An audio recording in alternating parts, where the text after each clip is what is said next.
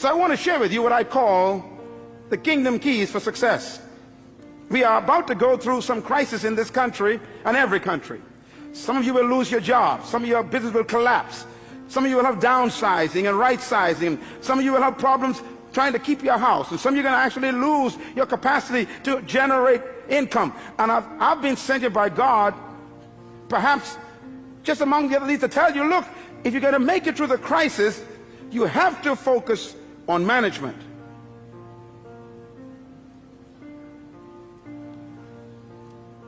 Here's God's successful key.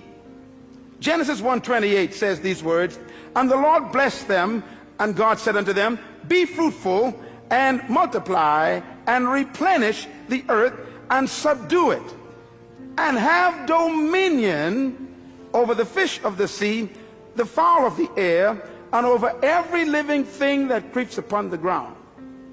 Now, listen carefully, because this is really the heart of God's mandate. In Genesis 1:26, God says these words about you. Let them have dominion over the earth.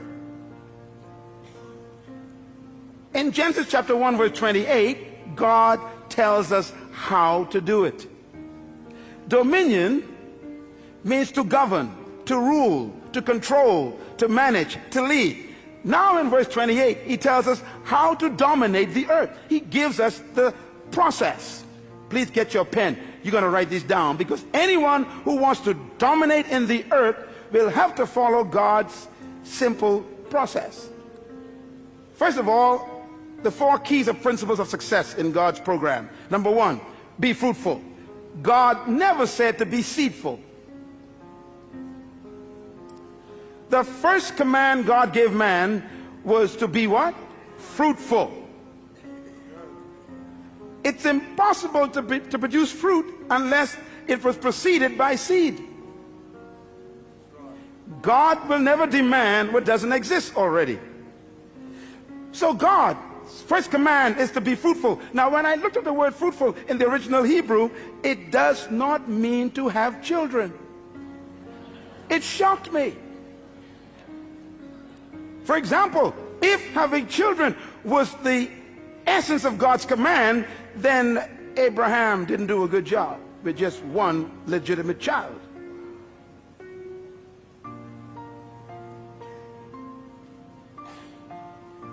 The word fruitful, write it down, it means productive. Be productive. God's first command to humans is be productive. That means produce something. Poverty is the absence of self-production. I remember when Jesus was laying on the floor one day eating, a woman walked in. It was illegal for her to do that, where men were eating at that time, and she stepped over Peter, James, and John, and she came to him, and she took this beautiful stone bottle, and she broke the top, and she poured this ointment over his body, and she began to rub it into his flesh and into his feet, and the scent filled the room. And right away the men knew this scent indicates a quality of ointment that was very expensive. Matter of fact, it was imported from Egypt. They knew it. It was used for embalming bodies. It cost $12,000 to $13,000 US in our day. That's why they said this is a year's wages in one bottle. And they complained to him and said, sir, why do you let this woman waste this precious money on your body? And Jesus said something very important. They said, it could have been given to the poor. His answer was, the poor you always have with you. Now, when I looked at the word poor there, it shocked me. It doesn't mean those who lack. It means non-productive ones.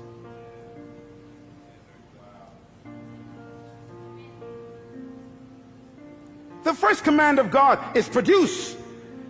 Poverty is when you stop producing. And by the way, stay with me here. God said to Adam, be fruitful. God never gave Adam a chair or a table. He hid them in the trees.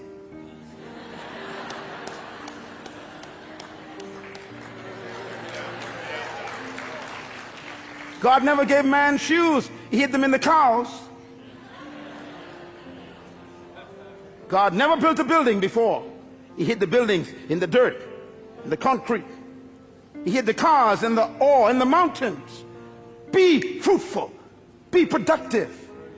The future of Australia is not in America or England. It's in Australia. The capacity to produce is right here. Poverty is a lack of creativity, not a lack of resources. There is no crisis except a crisis of creativity. No money has left the planet. No matter what they say around the world, no money went to the moon, no money went to Mars. It's all still here. And it will be attracted to creativity, because crisis creates creativity and innovation. It is those who are productive that will attract resources.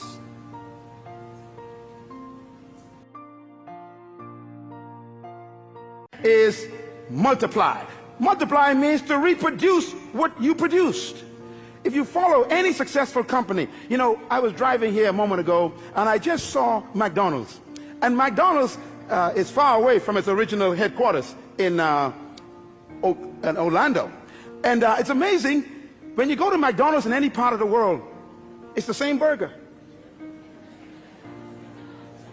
McDonald's has discovered God's program more effectively than the church. First of all, you what? Produce. Everybody say produce. In other words, you produce something. You produce one good item. McDonald's produced a product called Big Mac. You cannot find the Mac anywhere else. That's their fruit. But having a good product, you will still die of starvation. A good idea doesn't make you wealthy or successful. You got to be able to move to stage number 2. Multiply. Reproduce it. McDonald's have to develop a system that can produce 1 billion burgers every single month.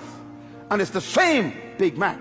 In China, in Ukraine, in Mexico, it's the same burger. In the Bahamas, in Jamaica, in Trinidad, in London, it's the same burger. Why? They have learned to move God's second stage. They produce and then they reproduce. Every successful business on earth has stolen God's process, and only the church have missed it. That's why we're broke. Microsoft, Bill Gates produced one good fruit, and then he put the system in to multiply it. What you cannot reproduce will die. The third command of God is very important. He said replenish. Everybody say replenish. The word replenish means to distribute. You know, it's incredible. God's ideas are all business ideas. Why? You are a manager. No matter how good your product is, and no matter how many times you reproduce it, nothing can destroy a company faster than dead inventory.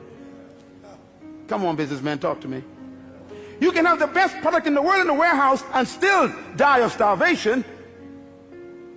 You must move to the third level of success, and that is distribution. This church was not built by God just to become a good product. He wants to reproduce this 1,000 times in the city. And then he wants to distribute it to other nations of the world.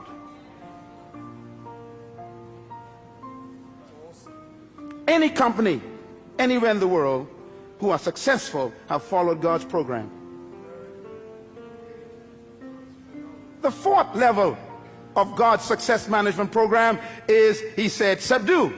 Subdue means to control the market. You know, McDonald's have no interest in competition. They are after domination. Yeah.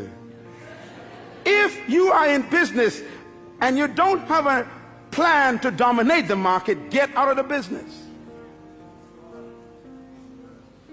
Bill Gates is the wealthiest man in the world today because he was the most successful human so far in our generation who successfully followed God's program. He produced a fruit, he reproduced it, and then he distributed it in every computer, and he was so successful that the entire government was threatened in the United States.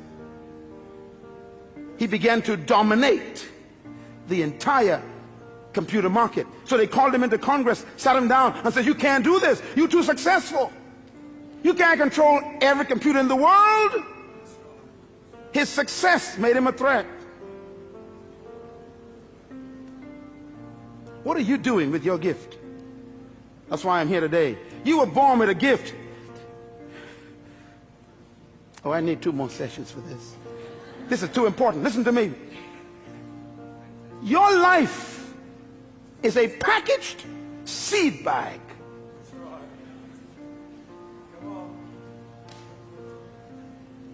Subdue, control. And God says if you follow these 4 principles, be fruitful, produce your gift, your product, multiply, reproduce it, replenish, distribute it, subdue, control the market, the result will be dominion. Dominion, therefore, is not a pursuit, it's a result.